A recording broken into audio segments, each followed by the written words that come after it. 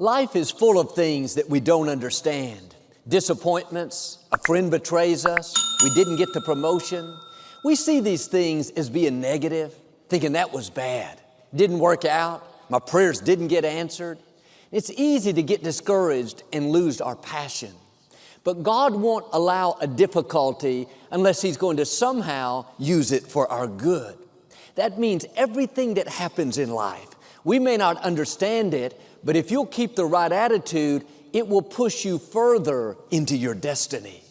The closed doors, the delays, the person that did you wrong, that loan that didn't go through, God says, it's all good. I'm in control. It may not feel good, but if you'll trust me, I'm going to use it for your good. When you understand this principle, life gets much more freeing. You don't get upset when a coworker plays politics and leaves you out. You know it's all good. God allowed it. You tried and the business didn't make it. You don't give up on your dreams. You know it's all good. It's a part of the process. After Jesus shared the Last Supper with His disciples, He asked them to go with Him to the Garden of Gethsemane on the Mount of Olives. It was a place Jesus knew well. He had spent many nights there in prayer. But this night was different. This night He would be faced with a very difficult decision. He told His disciples, "My soul is very sorrowful, even unto death. Remain here and watch with me." Then in a little while, He went further and prayed, "Father, if it's possible, let this cup be taken from me. Nevertheless, not my will, but let your will be done." Faith is trusting God when you don't understand. If you try to figure everything out, you'll get frustrated. God's ways are not our ways. He can see the big picture for our lives. He'll close doors that we prayed would open because He knows it's going to be a waste of time. He'll have us walk through doors that don't make sense because He can see what's on the other side. And when you're mature, instead of getting bitter when things don't work out, you'll say, "God, I trust you.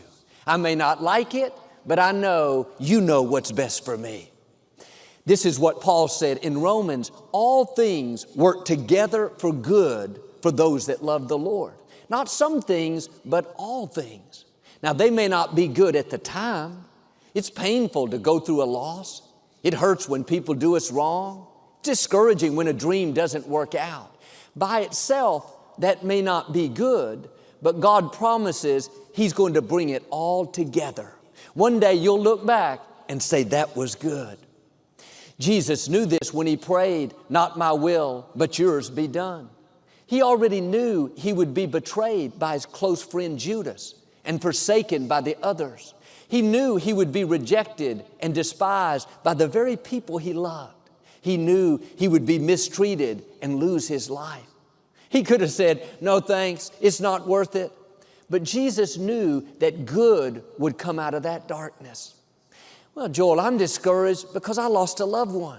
I'm bitter because this business partner cheated me. What good is there in any of that?" The problem is you're isolating that one incident. God hasn't brought it all together yet. If that bad break was going to keep you from your destiny, God wouldn't have allowed it. When you have this attitude that it's all good, you don't go around with a chip on your shoulder. You keep a smile on your face, a spring in your step. You know it's just a matter of time before God brings it all together. In the natural, it didn't look like there was any good in God asking Jesus to go to the cross. His disciples questioned the idea of Jesus laying down His life. What good could there be in letting the Son of God die? The one who healed the sick, fed the hungry, restored the broken? Jesus having to lay down His life didn't make sense, but God had a plan. He saw what the disciples couldn't see. He saw life on the other side of death. He saw freedom on the other side of the crucifixion. And we call the day after Jesus was arrested in the garden Good Friday. We know it's good now, but 2,000 years ago, when Jesus was sentenced to be crucified, it didn't look like a Good Friday. The disciples thought it was the worst day of their life. Their dreams were shattered. Doubts filled their mind. Maybe he wasn't who he said he was. Maybe he tricked us and we've wasted all this time. You can imagine Mary, the mother of Christ, weeping, heartbroken as she sees her son about to go through all that pain. If someone would have suggested, Mary, this is a Good Friday, she would have thought they had lost their mind. What do you mean this is good? Look at what's happening. We all face times when life doesn't make sense. A dream dies, a relationship ends, we come down with an illness. Nothing about the situation seems good. Good would be the last word we'd use to describe this Friday. A more accurate description would be tragic Friday, betrayed Friday, lonely Friday. When you're in the heat of the battle, it's easy to get discouraged. The disciples could have thought, God, why did you let Judas betray him? Why did you let the soldiers arrest him? Why did you abandon him in his greatest time of need? But a few days later, they would realize he was who he said he was, and he did what he said he was going to do. It was all a part of God's plan to defeat the enemy and bring salvation to mankind. They didn't know it at the time, but they would look back on that Friday and say, it wasn't what we thought. It wasn't depressing Friday. It wasn't tragic Friday. It was Good Friday. What they thought was the worst day of their lives, they would look back and call good. If Judas had not betrayed Jesus, we wouldn't have salvation. God used the betrayal to push Jesus into his destiny. What you're facing may not be good right now.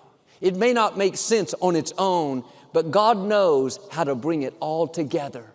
What you think is going to stop you, cause you heartache, one day you're going to look back and say it was good. God is still on the throne. He didn't bring you this far to leave you. Him being for you is more than the world being against you. That setback is setting you up for God to show out in your life. He's about to do something unusual, uncommon, out of the ordinary. You're going to know it was the hand of God. Now stay encouraged. Good Friday is coming. Healthy Friday, blessed Friday, victorious Friday in Jesus' name.